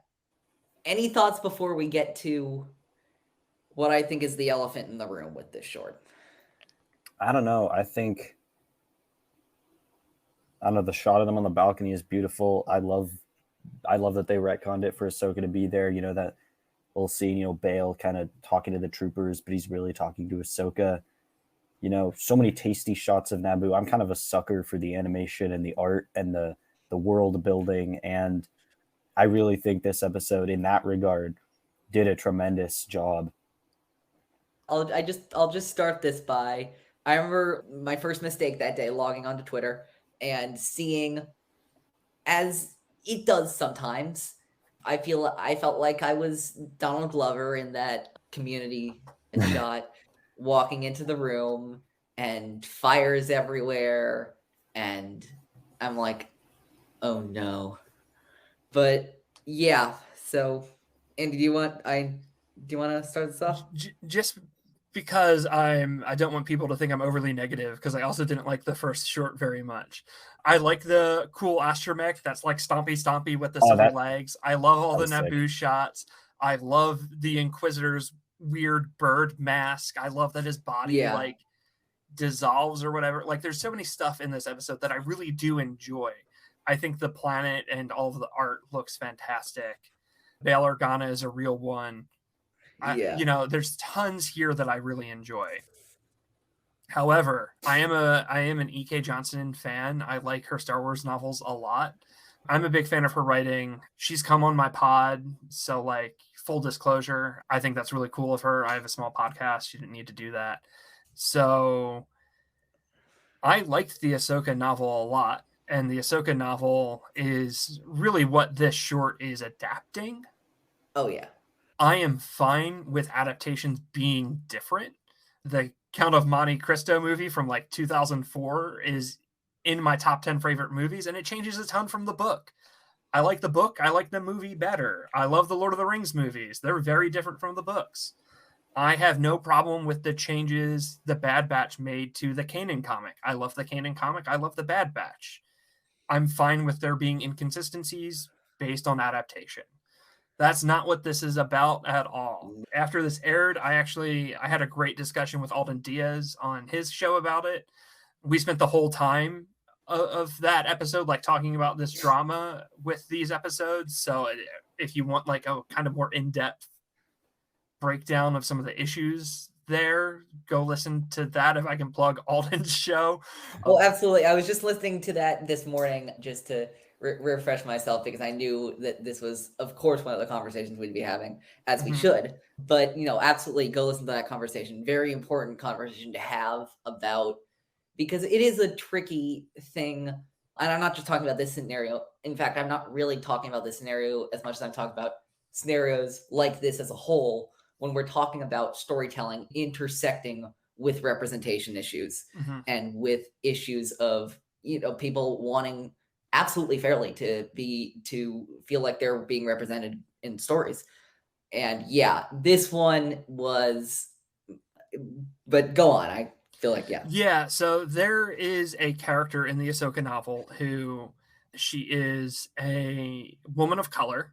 We don't exactly know her race because Star Wars does not use words for race, which complicates things. Like, like Cassian Andor is not Mexican, even though Diego Luna is Mexican, because Mexico doesn't exist in Star Wars. And Hispanic people don't, and Latinos don't exist in Star Wars. So like they can't use those words to describe Cassian being, Mexican. So it complicates things when you're reading a book and you can't see a character. But presumably Kaeden is a black woman and she's queer. She tells Ahsoka, like, I have feelings for you.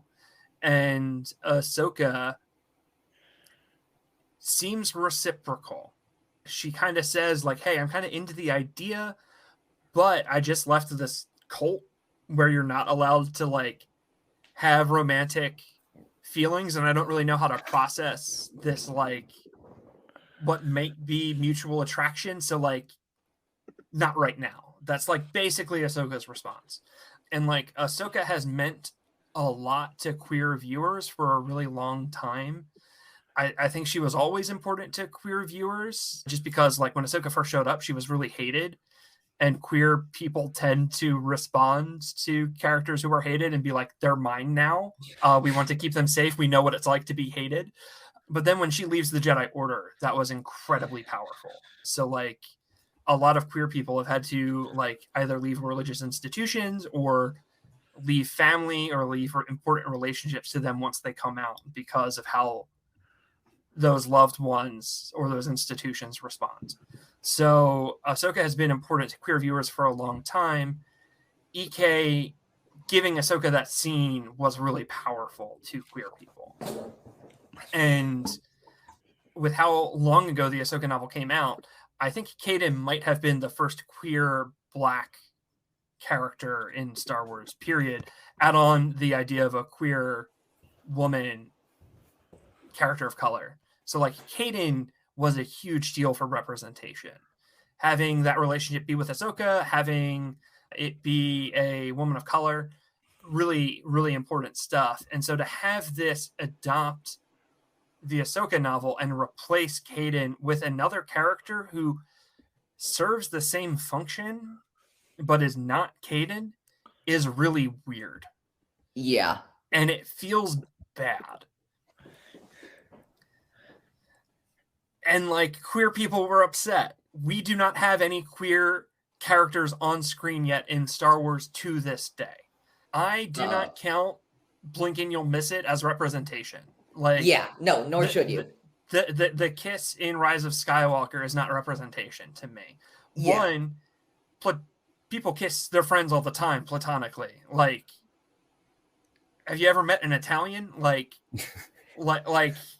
that's just a really common thing for friends to do. So, like, having two women in the background kiss each other after, like, destroying the worst Death Star fleet, like that to me isn't representation. Like, I kiss my friends all the time. Like, I kiss women all the time. That doesn't mean I'm attracted to them. Like that doesn't mean anything. So, like, that to me isn't representation. Like, that's not representation. Like, there's I always forget their names, but there's, like, the Pig Man and the Owl Man from Resistance, which they're cool and they're fun. And I know that the creator said that they're intended to be queer, but there is nothing actually on screen that says they're a couple. They're basically Bert and Ernie.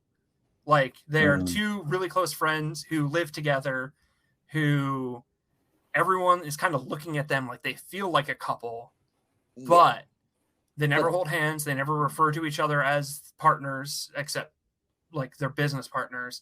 And like, they're not wearing wedding rings. They don't have the same last name. Like, there's nothing that says they're a couple on that show. I also remember that, like, there's that one episode where Ahsoka loses her lightsaber in the Clone Wars, and those two women who try to, like, sell her lightsaber are apparently also behind the scenes were confirmed to be queer. But, like, how would you know that exactly?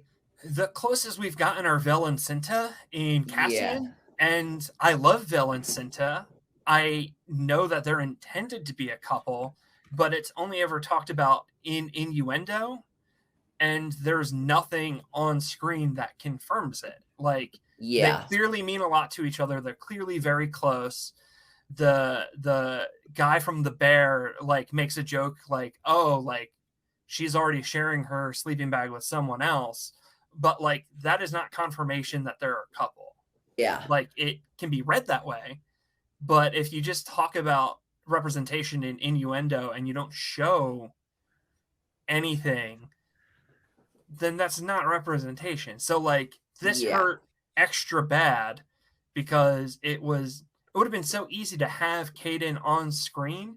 And even if you're like, this is a kid's show, queer stuff is controversial.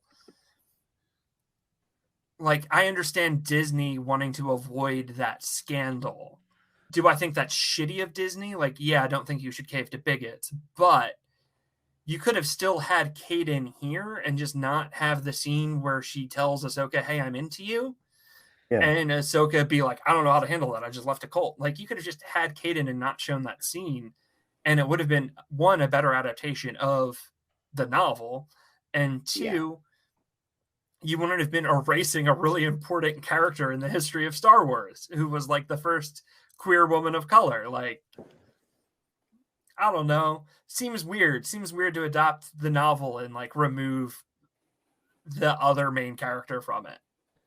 Yeah. Yeah, it's quite shitty, I think. Like, and it's one thing like to not have an overt reference to those characters' queerness, like in this short, as you said, like it would still be kind of shitty, but not as shitty as like it seems to me more malicious that they like completely just kind of wiped this character out of the story. There are two explanations for it. It's very strange. And like, explanation one is that Dave Filoni had given E.K. Johnston his notes on this like unshot arc of Clone Wars stuff. And she used those notes to adapt her story. And that when Dave then did this episode of the show, he just went back to the notes he gave EK and he didn't look at the novel from EK. Yeah. Which, like, that's one, like, kind of careless, but it's not maybe malicious. The other version is that Disney was like, you can absolutely not put a queer black woman into this children's show. Rewrite it. And that's grosser for sure. Neither explanation feels good, though. Like, yeah, for absolutely. Sure. And like, even if Dave like control F'd E.K. Johnston's novel, because I wouldn't necessarily expect Dave to reread the whole thing. Like, maybe he read it in 2016 when it came out, maybe he didn't. But if he was like, oh, like, let me like quickly like scan through this to make sure it's what I remember it was. Because Star Wars doesn't allow real world terms for character sexualities, even if Dave was like, oh, let me check to see if there's a bisexual woman in this that I need to make sure I don't erase. Like, Star Wars doesn't allow characters to identify in real world terms, which sucks and makes it really difficult for fans to like find the representation they want to read about. And like, I go into this way more with the Alden Diaz episode I did, but like, that has caused huge problems in fandom. And it's the same thing with like the Cassian thing. Like, yeah, Diego Luna is Mexican, Cassian Andor isn't. And like, it can then be hard to discuss the character's race, especially like there are episodes of Andor that very directly deal with a Mexican American experience through the lens of Star Wars. And like, it's difficult to like talk about though, because Cassian's not Mexican, but Diego is. And so like, not having characters use actual real world terms for sexuality is very difficult for queer fans to then like, one, find characters that they would identify with that they want to read about, you know, if you're a gay person and you want to read about a gay character, you might not be able to easily find out that Sinjir Rathvelis is a gay Star Wars character from the Aftermath books, and you should read them. So, like, it's tricky, and it, I think, leads to mistakes like this happening. I choose to want to believe it's a mistake. I don't think Filoni would, like, maliciously erase this important character, but, like, yeah, it's easy to make that mistake because you can't search novels for if a character is queer or not. Yeah, absolutely. I'm with you there. I choose to interpret this as a mistake. It's a bad mistake. It's very harmful. And yeah, it's really tough for me too, because of how much I love the other five. Mm-hmm. Like, the other five, in contrast to this one, even Life and Death, which was the one up until yesterday that I was the most lukewarm about, I've had some better feelings about that one. And as we'll talk, I'm sure, on our next episode when we get to the Dooku ones, the Dooku shorts are phenomenal. Banger after banger with Dooku. The Sith Lord is... What the hell was that? The Sith Lord did not deserve to be that good, in my mind. And to have that contrasted with this incredible misstep for me is just so incredibly unfortunate. And I'm hoping that, of course, that people at Lucasfilm will take a more active listening role and listen to voices that have been historically quieted or silenced in this area. And of course, I'm not the guy to say this because I'm a straight white man, but, you know, and there are plenty of more qualified people than myself or Jacob to talk about this. Like, to that point, like, there are definitely people who, there are voices closer to this than mine that, like, I think are even more important to listen to, like, specifically, like, queer women in the fandom and, like, how they feel about this character being erased, and even more specifically, like, queer women of color in this fandom who had this really important character erased. Like, that's gotta suck. And, like, if, like, I really love Taka from Last Shot, and as a non-binary person, if there was ever a Last Shot adaptation and Taka was removed from it, I would be really upset. Yeah. Like, I can imagine how much that would suck. If they ever adapted the Aftermath books, like, Sinjir means a ton to me. He's the first gay man I've ever seen in Star Wars, and that character is, like, extremely close to my heart. If they ever adapted that and they made him straight, or they just removed him altogether and replaced him with a different Imperial defector who was a heterosexual, like, I would be devastated. So, like, this isn't a matter of them just, like, changing, like, plot details around. Like, that happens all the time with adaptations. It's very specifically that they erased a character who is really important in terms of representation, and that we still haven't had on-screen representation in Star Wars yet. Absolutely. And this is like, I talked before about how important Ahsoka is to queer fans. The fact that, like, queer phobia keeps getting associated with Ahsoka is really gross and upsetting. We do not need to get into the Rosario of it all. There are lots of different feelings and opinions on that casting choice. I'm not saying anyone is right or wrong for feeling how they feel about Rosario playing Ahsoka. I will say there are a lot of legitimate concerns from queer fans about Rosario playing Ahsoka, specifically trans fans with Rosario playing Ahsoka. And it sucks. It hurts. I think Rosario is an incredibly talented actor. I also think that she's doesn't like queer people very much. That's rough. Like, that doesn't feel good. Having that happen after Bill Burr, having that happen after Carano, Yeah. And then having this happen, it's just like, man, I really wish that like Star Wars could stop like kicking queer fans while we're down and either removing representation on screen or casting people who have very outspokenly done or said awful stuff about queer people. It'd be nice if Star Wars stopped doing that, please. So, like, if this was a really isolated incident, I don't think it would matter as much. If this was an incident that happened and we had a bunch of Black bisexual women and lesbians running around, then, like, it wouldn't matter if we missed one.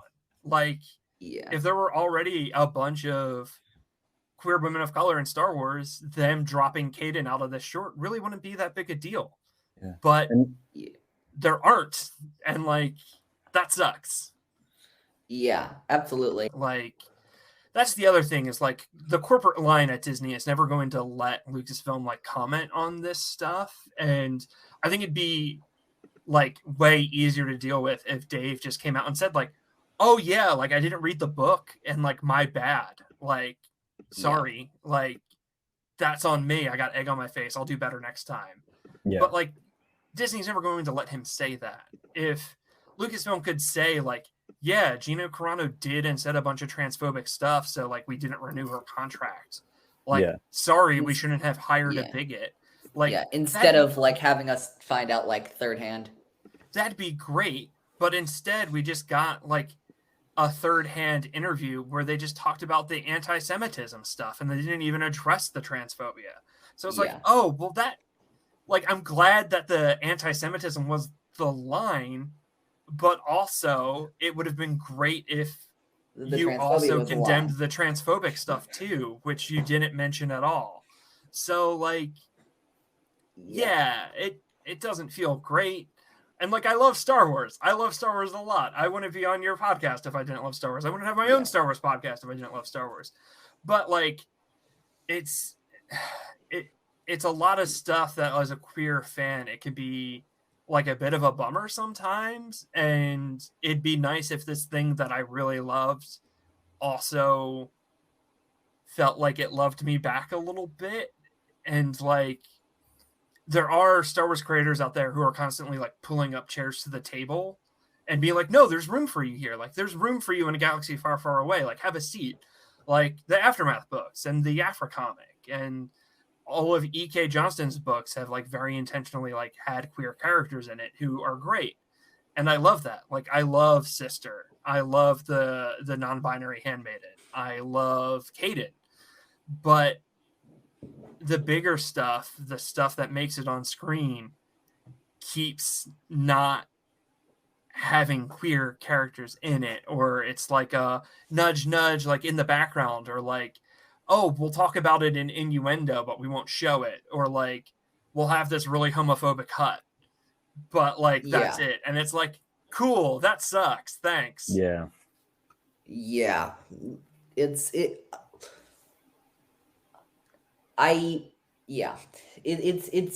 really troubling, and we're constantly hoping that Lucasfilm will do better on this front. And of course, it's not a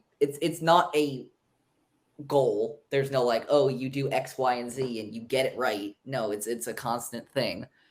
But we gotta push for better. We gotta push for better to make sure that everybody, regardless of what color skin you have, who you love, whatever it is, feels that they're getting their voice heard in Star Wars. And that's a very important tenet of this show. And I really hope, I think we've done a decent job of this. All the shows we've aligned ourselves with is the idea that Star Wars is and should be for everyone. And I just want to, I didn't think this was going to be an easy conversation, and I wasn't expecting this to be an easy conversation. But I think it's an important one. And I think it's one to have. And I think it's important. And not to get too overly philosophical about this before we wrap up here, but in addition to the episode I did with Alden a few weeks ago, like very much you've seen me very recently establishing some ground rules about who I am as a fan and who I will tolerate as a fan. and who I won't, and who I will tolerate as a podcaster, and who I will tolerate in this space. And Jacob and I have had a lot of conversations about this, and I've had a lot of conversations with people in this space about this.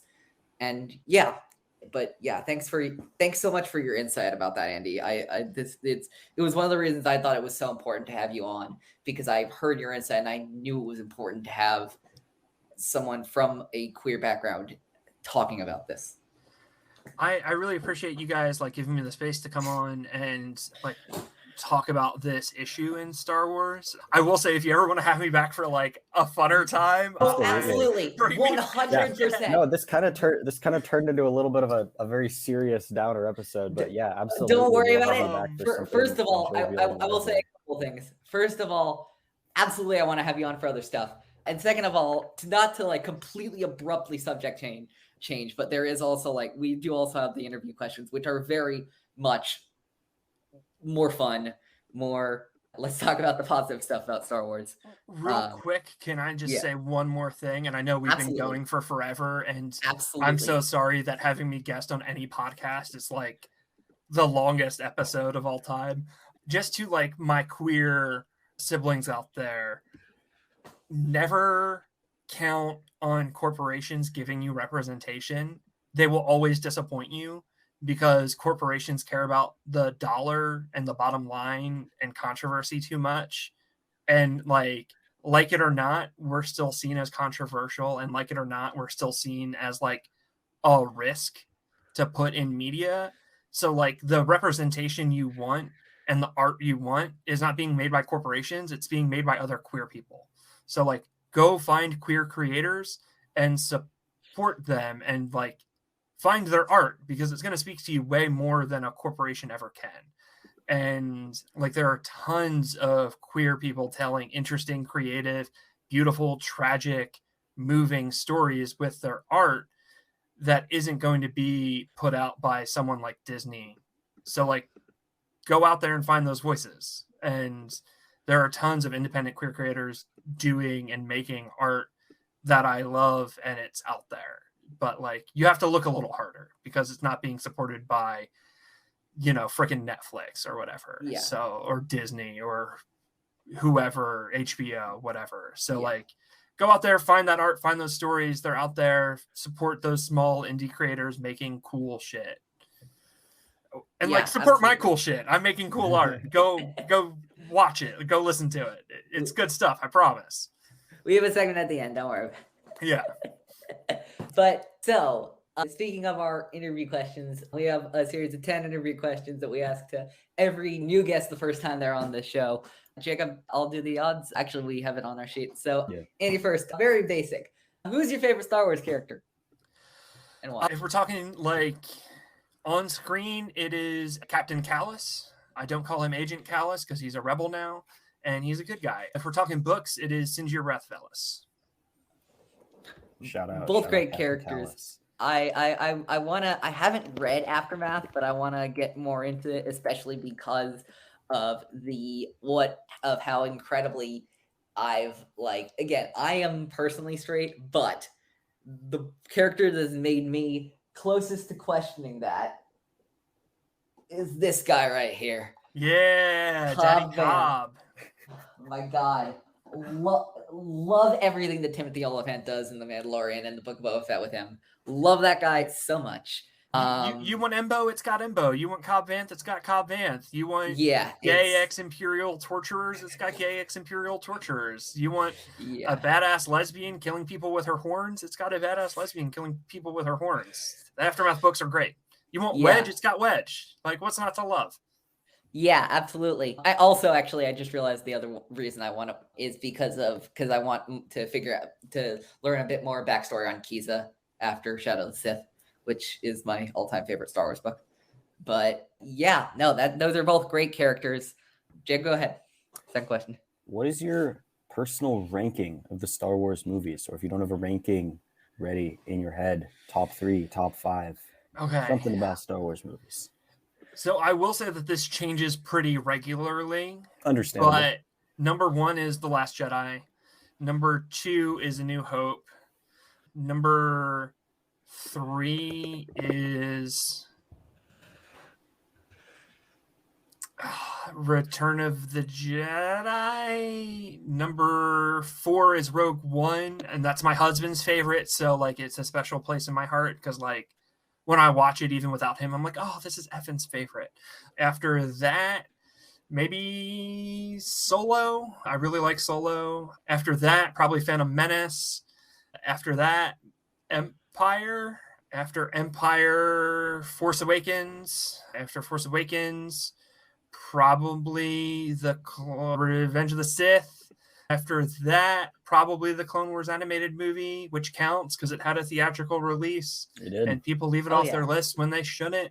After that, Attack of the Clones, then probably Rise of Skywalker. I think I hit all of them. I don't think I left anything out.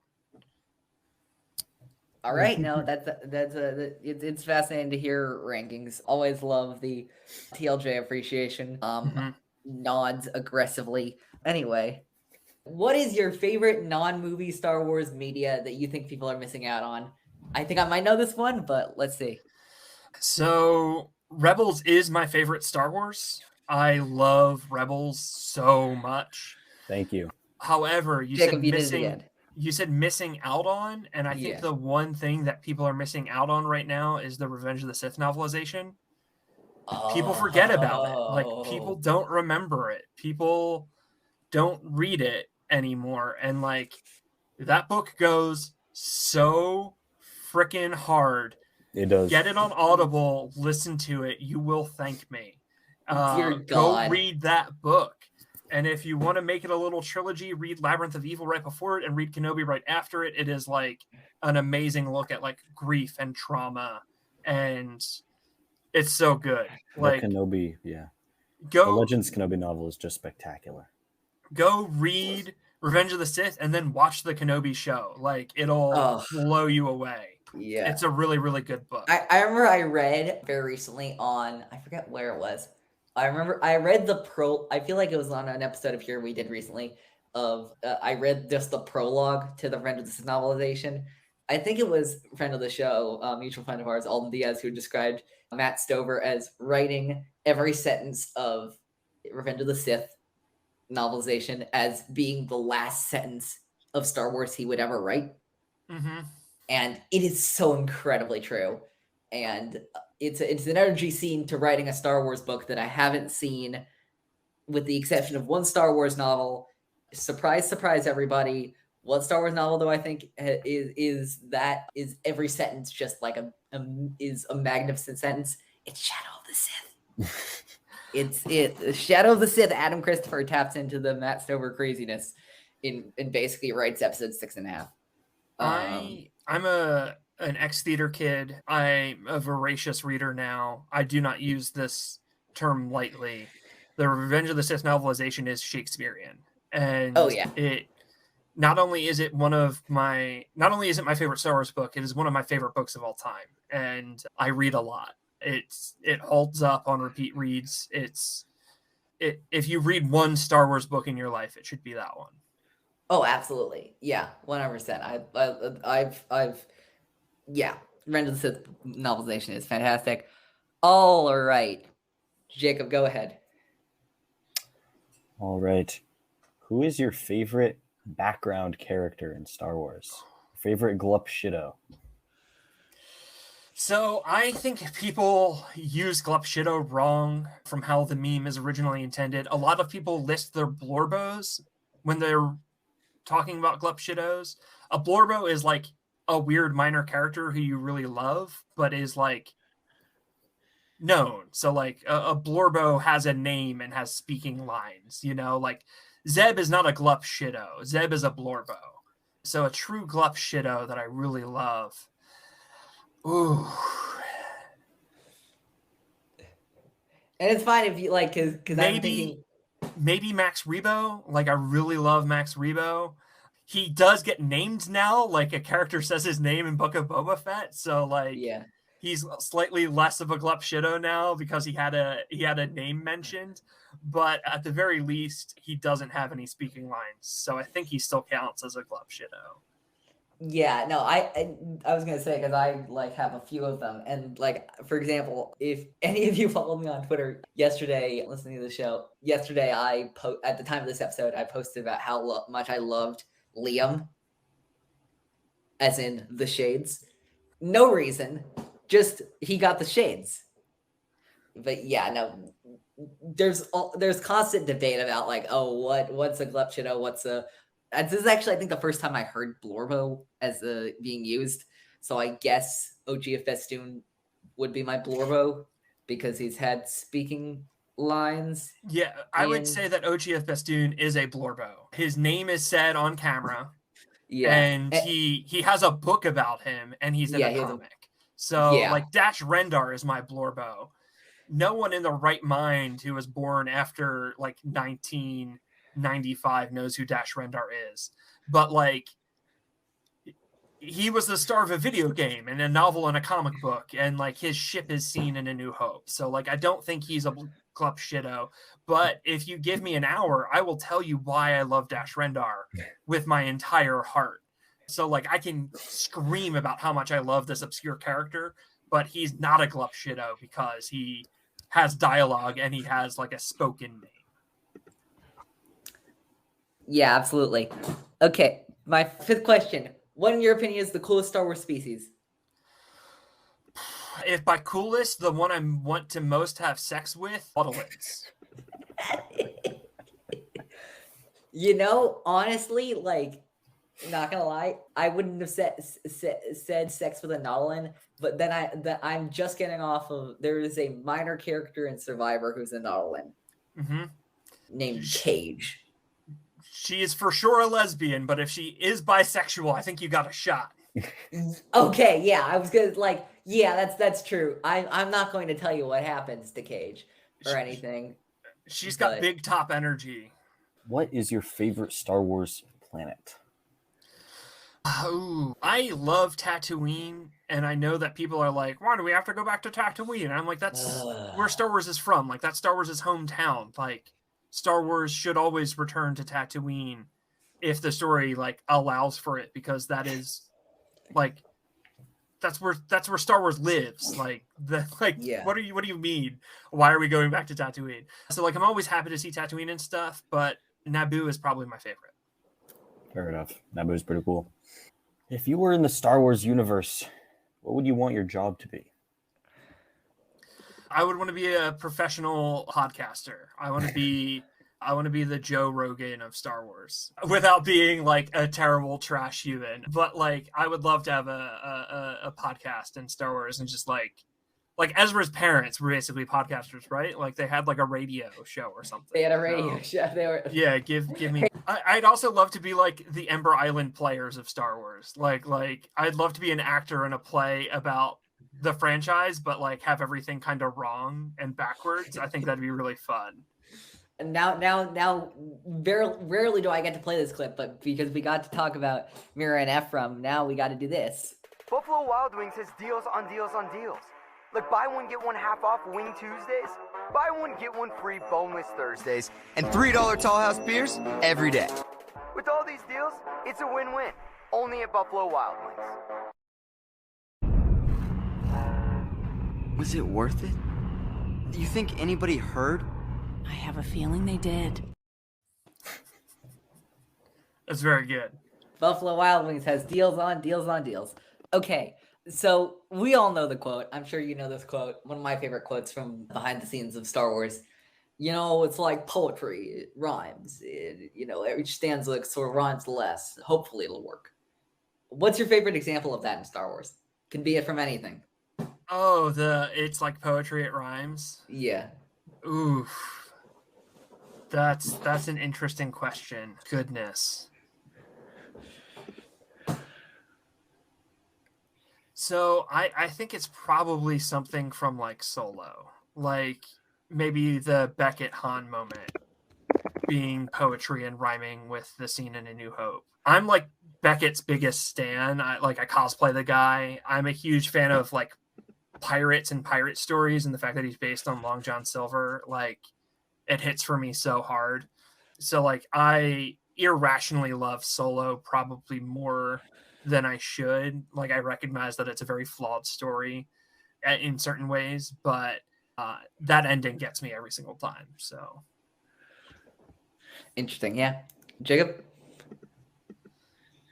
Sorry. If you could take one item or force power from Star Wars into the real world, what would it be? So, like, being kind of like gender fluidity and queer, the procedure they use to like completely alter Obi-Wan's face and voice would be kind of handy, because you like, it seems painful, but you're basically Mystique. Like, you can just like look and sound different. So like, as someone who kind of like has like very specific like feelings about like gender and my appearance and stuff, that'd be pretty freaking handy. So that, yeah, give me that, please. That is, I think, maybe one of the most interesting answers I've heard to that question. And now I'm just wondering, are you prepared to swallow that robot? No. Like, I can swallow anything, but people are like, oh, there's no trans people in like bigots are like, there's no trans people in Star Wars, and I'm like, Obi-Wan, it's got like a Jedi surgery to like look and sound like a completely different dude, to the point that like Anakin did not recognize him. You mean to tell me that trans people aren't using that in Star Wars? Like, come on. No, Of course absolutely they not. are. Yeah, of course they are. Yeah. Like, that is gender affirming care, my good bitch. Like, that's Actually, what that is. Speaking of people becoming other people in Star Wars and becoming like they are, we have an ongoing bit on this show with our friends from All Interview of the Force about the pronunciation of a bounty hunter. And I'm just going to show you the picture. Just tell me how you pronounce it. Okay. This character? That is Zam Wessel. Okay, yeah. So we are now like countless. So the history behind this is there is no canon pronunciation to this character's name, but it's Wessel. You're right. It's Wessel. Most people, I would say over 90% of the people we've had on this show have said Wessel, and they're right. There are a very small subsection of people who say Wizel, which doesn't make a whole ton of sense to us, except for the fact that in Bounty Hunter, Leanna Walsman, who plays Zam in Attack of the Clones, says, "Hi, I'm Zam Wizel," which confuses us all. And then to complicate it further, Wikipedia says it doesn't have a canon pronunciation. And then for Legends, it says either is fine. And then I'm like, what do you mean either is fine? Maybe That's it's a not how that hand works. versus hand situation, you know? Yeah. Like, Yeah, You no. never know. Yeah, but so we've had this tradition, and everybody from you to like you know, we've had Alex and Molly Damon on this show. They've said Wessel because of course they have. Almost everyone has said Wessel. So I think we've more than proven it to Devore now that it is Wessel. Over our now 3-year history, we've proven it is Wessel. But before we wrap this up, thanks for coming on to this very lengthy episode, Andy. Where can we find you? Where can we find your stuff you do online? sure. So my Twitter and Instagram are both at a one hat town. I tweet a lot about Star Wars and X-Men and queer stuff, and my Instagram is full of, you know, cosplay stuff. I have a actual play podcast called Good Neighbors. If you like modern fantasy and like modern horror stuff, it's a game using the phenomenal system called Monster of the Week, which is a game inspired by shows like Buffy and X-Files and Supernatural. Our show is about a like found family of monster hunters overcoming trauma and trying to protect their community, and I'm really proud of it. My Star Wars podcast is called Force Friends Rewatch. We talk about Star Wars television shows. And then my other podcast is called Ending Pending. We talk about TV shows which were canceled after only a single season, and we try and crime scene investigate our way into like what worked, what didn't work, and why it got canceled. That is fantastic. No, absolutely check out Andy on all that stuff. And I think that's going to be it for this week of Star Wars in a Galaxy. Next week, as previously mentioned, we're going to be covering the Dooku Short's Justice Choices and Sith Lord, if I'm not mistaken, of those 3 names. And until then, you can follow us at an Galaxy Pod on Twitter, at Star Wars and Galaxy on Instagram. You can listen to us on Anchor, Spotify, Google Podcasts, Apple Podcasts, wherever you listen to your podcast, we'll be there. If we're not, or if you have any questions or trivia or hot takes or anything, email us slvandagalaxy@gmail.com. You can follow my personal account on Twitter at OGFan327. And stay tuned also for our spin-off show, Epic Confrontations at Galaxy Trivia on Twitter and on our YouTube channel. Our next match, Jerry the Canon Junkie from the Bombad Cast versus Chris Ryans from Broaxium, will be coming out soon. We've had some trouble getting a recording date, but we'll figure it out. I know we will. We have all our questions written. I'm so excited to film that. I want blood. I want in there. I really want Scotty, but if Scotty's too scared to face me, throw another challenger my way. I'll gobble him up as an appetizer. But Scotty is the steak and lobster that I want to eat. But give me some mozzarella sticks to hold me off. I will absolutely. We have some crazy plans for EC coming about that I want to talk with you about off camera. But absolutely, I want as many people to get into EC as possible. But in the meantime, I think if there's nothing else, may the Force be with you. Thank you so much for having me. Absolutely.